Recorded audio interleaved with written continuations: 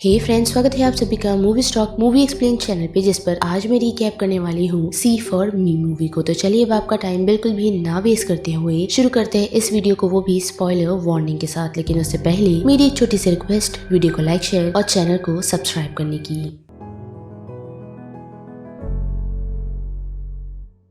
Film की शुरुआत हमें एक छोटी लड़की सोफिया से दिखाई जाती है, जो अंडर 18 स्की में चैंपियन है। लेकिन ऐसे ही प्रैक्टिस करते हुए उसने अपनी आंखें खो दी, जिस कारण ना ही उसका ब्राइट फ्यूचर बचा और ना ही उसके स्की करने का वो सपना। पर फिर भी सोफी उदास नहीं हुई, बल्कि उसने अपनी जिंदगी नए सिरे से जीना शुरू कर दिया। यानी कि वो लोगों के घर को संभालती है और साथ ही उनके पेट्स को भी, जो काम उसका काफी अच्छा चल रहा है, जिसके साथ साथ लोग उसे काफी सारी टिप्स भी देते हैं, जो चीज सोफिया को तो पसंद है लेकिन उसकी मॉम को नहीं, क्योंकि पहले तो वो अपनी बेटी को लेकर काफी वरीड रहती है और दूसरा कि कौन सोफी जैसी लड़की को इतनी टिप्स देगा। लेकिन वो कुछ कर नहीं सकती और अपनी बेटी को वो रोकती भी नहीं, जिसके बाद सोफी अपनी मॉम को कुछ बगैर बताए फिर से अपने क्लाइंट के घर निकल पड़ती है। लेकिन क्लाइंट के घर जाने के लिए उसे काफी टाइम लग जाता है, क्योंकि डेबरा का घर काफी ही दूरी पर है, साथ ही उसे पहुँचने में भी लेट हो गया है। लेकिन डेबरा उसे सारी चीजें काफी अच्छे से समझाती है। इनफैक्ट वो उसे घर का टूर भी करवाना चाहती है, लेकिन सोफी उसे मना कर देती है, जिससे डेबरा हैरान है, क्योंकि उसे समझ नहीं आता कि बगैर देखे सोफी घर की देखभाल कैसे करेगी। लेकिन फिर भी वो एनी हाउ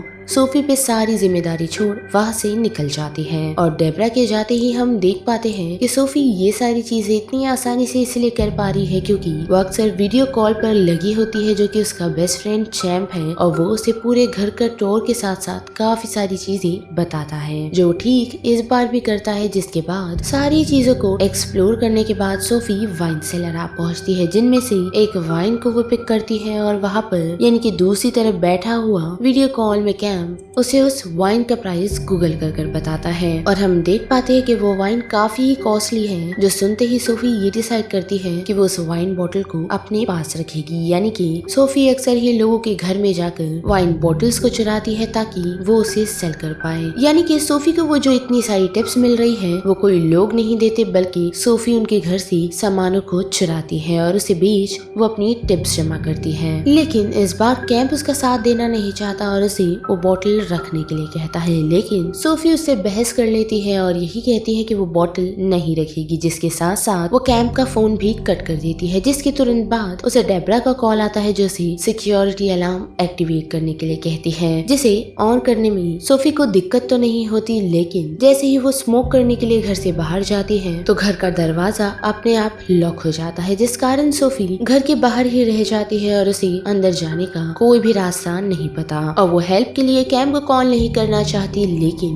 उसे याद आता है कि उसकी मॉम ने डेबरा के घर आते हुए उसे एक ऐप के बारे में बताया था, जो कि सी फॉर मी था, जिसे वो डाउनलोड कर लेती है। और हम देख पाते हैं कि उस ऐप से लोग सोफी से वीडियो कॉल के जरिए कनेक्ट होते हैं, जिनमें पहला शख्स तो उसकी कोई भी काम नहीं आता, लेकिन दूसरा शख्स जिसका नाम केली है वो उसके काफी काम आती है, क्योंकि वो काफी अच्छे से गाइड करते हुए सोफी को बैकयार्ड की तरफ ले जाती है और एक डोर ओपन करने में उसकी हेल्प करती है। लेकिन फोर्सफुली एंटर करने के कारण घर का अलार्म बज जाता है और उसे शट डाउन करने में भी केली सोफी की हेल्प करती है, जिससे सोफी काफी खुश है और साथ ही वो केली को अपनी प्रायोरिटी लिस्ट में सेव कर लेती है। लेकिन उसके बाद हम नोटिस कर पाते हैं कि सोफी अभी भी स्की करने के सपने देखती रहती है। और फिर रात के वक्त सोफी को किसी के फुटस्टेप की आवाज आती है, लेकिन उसे समझ नहीं आता कि वो आवाज किसकी है। लेकिन हम क्लियरली देख पाते हैं कि दो चोर घर में घुस आए हैं और उन लोगों ने तिजोरी को भी ढूंढ लिया है, जिसे ओपन करने की शुरुआत उन लोगों ने कर दी है। और उन सारी आवाजों से सोफी को ऐसा ही लग रहा है कि डेबरा की कैट आवाज कर रही है, जिसके गले में उसने आते ही कॉलर डाल दिया था और उसे अब वो उस कॉलर की मदद से ढूंढने लगती है। लेकिन उस आवाज से वो चोर भी अलर्ट हो जाते हैं, जिनमें से एक सोफी को ढूंढने के लिए निकलता है और वही दूसरा उस लॉकर को खोलने की तैयारी करता है। और हम देख पाते हैं कि सोफी और वो चोर आमने सामने आए उससे पहले ही सोफी एक रूम में एंटर कर जाती है, जिस कारण वो दूसरा चोर सोफी को नहीं देख पाता और वापस लॉकर की तरफ आ खड़ा होता है। लेकिन हम देख पाते हैं कि दूसरे रूम में भी सोफी उन दोनों की सारी बातें सुन रही है, जिससे सोफी को एहसास हो जाता है कि वो लोग यहाँ क्या करने के लिए आए हैं। जैसे सोफी घबरा जाती है और उस रूम में रखे हुए एक वास को तोड़ देती है, साथ ही उसका फोन भी गिर जाता है, लेकिन वक्त रहते वो उस रूम से अपना फोन लेकर निकलने में कामयाब होती है और अर्नी नामक उस चोर को सोफी फिर से नजर नहीं आती। और हम फिर से देख पाते हैं कि सोफी सेलार में आ पहुंची है, जहां उसने पुलिस को सारी इन्फॉर्मेशन दे दी है, लेकिन पुलिस वालों को पहुंचने के लिए यहाँ लगभग 20 मिनट्स जाएगी, क्योंकि ये जगह टाउन से थोड़ी दूर है। और तब तक सोफी क्या करे उसे समझ नहीं आता, जिस कारण वो फिर से कैली को कॉल लगाती है, जो सारे सिनेरियो सुन सोफी को वही वीर करने के लिए कहती है, लेकिन सोफी को इस घर से एनी हाउ बाहर निकलना है। और कैली की बातों को इग्नोर कर वो उस घर से बाहर निकलने की कोशिश करती है, लेकिन हम देख पाते हैं कि बाहर निकलते हुए वो एक और शख्स से टकरा जाती है, जिससे सोफी का फोन गिर जाता है और वो कैली से डिस्कनेक्ट हो जाती है। साथ ही उसे और हमें पता चलता है कि इस घर में 3 चोर मौजूद हैं, जिनका नाम डेव, ओटिस और अर्नीव है, जिन्होंने अब सोफी को पकड़ लिया है। साथ ही सोफी उन लोगों को यही कहती है कि वो एक ब्लाइंड लड़की है और उसने कुछ भी नहीं देखा, तो बेहतर रहेगा कि वो लोग उसे छोड़ दे, क्योंकि वो देख नहीं सकती। लेकिन वो लोग उसे यही कहते हैं वो सुन तो सकती है, जिस कारण वो लोग सोफी को नहीं छोड़ सकते। साथ ही वो लोग ये भी देख पाते हैं कि सोफी ने पुलिस को कॉल कर लिया है, यानी कि वो लोग अब सोफी को बिल्कुल भी नहीं छोड़ने वाले, जिससे सोफी घबरा जाती है और उस कारण वो उन लोगों के सामने एक प्रपोजल रखती है कि वो पुलिस वालों को कॉल तो कर चुकी है, लेकिन उन्हें वो रोक भी सकती है, जिसके बदले उसे 50% चाहिए। लेकिन उन तीनों का बॉस सोफी का ये प्रस्ताव सुन खुश तो नहीं, पर वो सोफी को 5% देने को तैयार है, जिसके लिए सोफी मान जाती है और उसका बॉस भी खुश हो जाता है। और फिर हम देख पाते हैं कि सोफी पुलिस वाले को कॉल करने लगती है, लेकिन वो इन लोगों को रोक नहीं पाती, क्योंकि एक पुलिस वाला ऑलरेडी उसकी तरफ निकल चुका है, जो कभी भी उसके डोर तक यानी कि उस घर तक पहुंचता ही होगा, जिससे सभी लोग परेशान हो जाते हैं और वो लोग सोफी को ही सारा मामला हैंडल करने के लिए कहते हैं, जो सुनकर सोफी रेडी हो जाती है और हम देख पाते हैं कि वो लोग अपना सारा सामान हटाकर इस घर में छुप जाते हैं। और वही दूसरी तरफ हम कैली को भी देख पाते हैं, जो सोफी की पूरी तरह हेल्प करने की कोशिश कर रही है, जिसके लिए उसने पुलिस को कॉल किया और सारी सिचुएशंस के बारे में बताया है। और हम देख पाते हैं कि 2 मिनट में ही ऑफिसर सोफी के पास आ पहुंचती है, जिन्हें देख सोफी पहले तो दरवाजा ओपन नहीं करती और उन्हें बहाने देती रहती है, लेकिन ऑफिसर वहाँ से जाती नहीं और सोफी की हेल्प करने का डिसाइड करती है, जिसके साथ साथ वो घर की भी तलाशी लेती है, लेकिन उसे कुछ भी नहीं मिलता। और जब वो वहाँ से निकल रही होती है तो उसे ऐसा लगता है कि सोफी में भी उन चोरों को बचाने की कोशिश कर रही है, जिस कारण वो उसे धीमी आवाज में बात करने की कोशिश करती है, लेकिन फिर भी सोफी उसे कोई भी रिप्लाई नहीं करती। और जब वो पुलिस ऑफिसर वहाँ से निकल ही रही होती है तो उसे कैली की इन्फॉर्मेशन मिलती है, जिससे वो श्योर हो जाती है कि सोफी खतरे में है और उसकी हेल्प करने का वो डिसाइड करती है, जिसके लिए इस बार अब वो घर की अच्छे से चेकिंग करेगी, जो करने के लिए वो पहुंचती तो है, लेकिन हम देख पाते हैं कि उसके सामने अर्नी आ जाता है और यही कहता है कि वो अकेला है जो इस घर में घुसा हुआ था,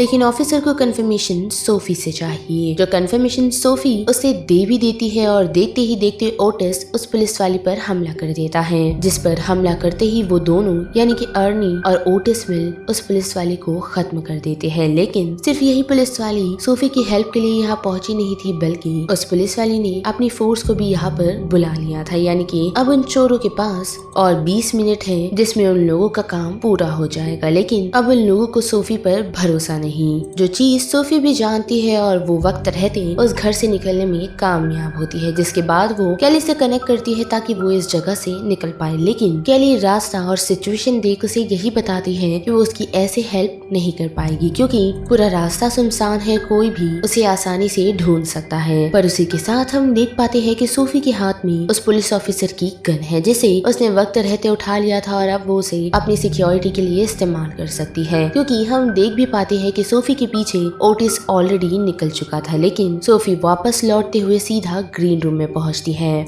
जहाँ हड़बड़ी में उसे एक पॉट गिर जाता है, जिस आवाज को सुन अर्नी उसकी तरफ बढ़ता है, जो सिचुएशन देख कैली सोफी को रेडी रहने के लिए कहती है, वो भी उस ऑफिसर की गन को रेडी रखकर। लेकिन हम देख पाते हैं कि अर्नी आते हुए धीरे धीरे सोफी की तरफ बढ़ रहा है, जो कैली नोटिस कर लेती है और उसे शूट करने के लिए कहती है, लेकिन सोफी घबराई हुई है, जो अर्नी को शूट नहीं कर पाती। पर हम देख पाते हैं कि जैसे ही अर्नी उसकी तरफ बढ़ने लगता है तो सोफी कैली के गाइडेंस से उसकी तरफ शूट कर देती है, जिससे वो घायल हो जाता है और उसकी मौत हो जाती है। जिस आवाज को सुन ओटिस उसकी तरफ बढ़ता है और वही हम देव को देख पाते हैं, जो कंटिन्यूअसली ड्रिलिंग में लगा हुआ है। और वही दूसरी तरफ हम देख पाते हैं कि ओटिस सोफी को ढूंढने के लिए निकल पड़ा है, जिसे हम वाइन सेलर की तरफ देख पाते हैं और सोफी भी कैली के ऑर्डर पर उसे शूट करती है, पर ओटिस उससे बचने में कामयाब होता है। लेकिन उसे ओटिस चिढ़ चुका है और कुल्हाड़ी लेकर सोफी पर अटैक करने के लिए बढ़ता है, जिसे डिफेंड करने में कैली उसकी पूरी तरह हेल्प करती है, वो भी उसका विजन बन। लेकिन जैसे ही वो नीचे की तरफ पहुंचती है तो कैली और उसका कनेक्शन कट हो जाता है, जिससे सोफी को ओटिस से बचने में मुश्किलात आती है। लेकिन एनी हाउ उसका कॉल कनेक्ट हो जाता है और कैली के तुरंत ऑर्डर देने पर वो ओटिस को शूट कर देती है, जिससे ओटिस की भी मौत हो जाती है। और फिर सोफी यहाँ से सीधा देव की तरफ पहुँचती है और वो देख पाती है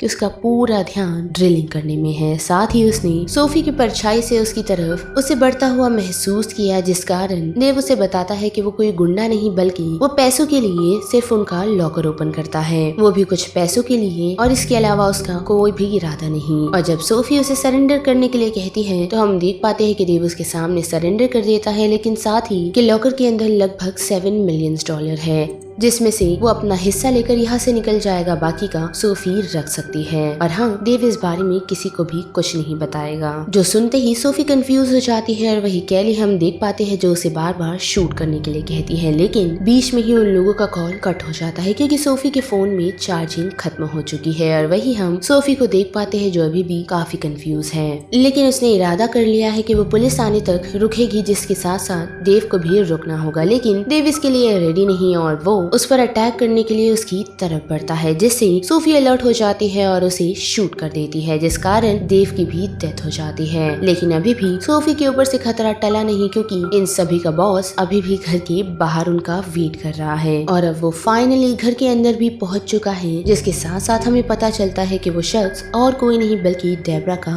एक्स हस्बैंड है, जिसे डेब्रा के पैसों के बारे में पता था और उसे वो हासिल करना चाहता था। और अंदर आते ही वो सोफी को पैसों का लालच देता है, लेकिन सोफी तो ऑलरेडी अपना हिस्सा लेकर इस घर में छुप चुकी है। साथ ही रिको से बचने के लिए उसने पूरे घर की लाइट्स को बंद कर दिया है, यानी कि अब रिको भी सोफी की तरह हेल्पलेस है, जिसे ढूंढने का सोफी दिमाग लगाती है, वो भी उन चोरों में से एक का फोन लेकर, जिसे वो रिडायल का ऑप्शन देती है और वो फोन सीधा रिको को ही कनेक्ट करता है। जिस आवाज को फॉलो करते हुए वो रिको तक पहुंचकर उसे शूट तो कर देती है, जिसके बाद सब कुछ शांत सा हो जाता है। लेकिन हम देख पाते हैं कि रिको अभी भी जिंदा है, जिसने सोफी पर हमला कर दिया है और उसे वो चोक कर मारने की कोशिश कर रहा है। लेकिन सोफी सेलार में रखे हुए एक वाइन बोतल को उठाने में कामयाब होती है और उसे रिको को मारने में भी, जिसे वो बार बार स्टैब कर उसे खत्म कर देती है। और उतने में ही वो पुलिस के सायरन की आवाज सुन पाती है, जिससे वो काफी रिलीफ महसूस करती है। और फिर कुछ दिन हॉस्पिटल में बिताने के बाद उसने ये डिसाइड किया है कि वो अब फाइनली स्की प्रैक्टिस स्टार्ट कर देगी, जिससे उसकी मॉम तो खुश है, लेकिन उन लोगों के पास इतने पैसे नहीं। लेकिन हम देख पाते हैं कि सोफी ने एक बैग को बड़े ही प्यार से पकड़ा हुआ है, जिसके अंदर डेफिनेटली उसकी टिप है, या फिर हम कह सकते हैं कि सोफी के चुराए हुए पैसे, जिससे वो अपनी स्की प्रैक्टिस कंटिन्यू कर सकती है। और उसमें उसका फ्रेंड चैंप उसका साथ देता है, साथ ही उसकी नई दोस्त कैली भी। तो बस इस वीडियो में इतना ही, जिस बारे में अब आप सभी की क्या राय बनती है उसे लेकर आप मुझे कमेंट सेक्शन में बता सकते हो। साथ ही वीडियो पसंद आई तो वीडियो को लाइक, चैनल को सब्सक्राइब और शेयर करना मत भूलिएगा। बाकी मैं मिलूंगी आपको फिर किसी मूवीज सीरीज के रीकैप के साथ। तब तक के लिए आप movie stock movie explain channel के बाकी वीडियोस को एंजॉय कीजिए। Till then bye.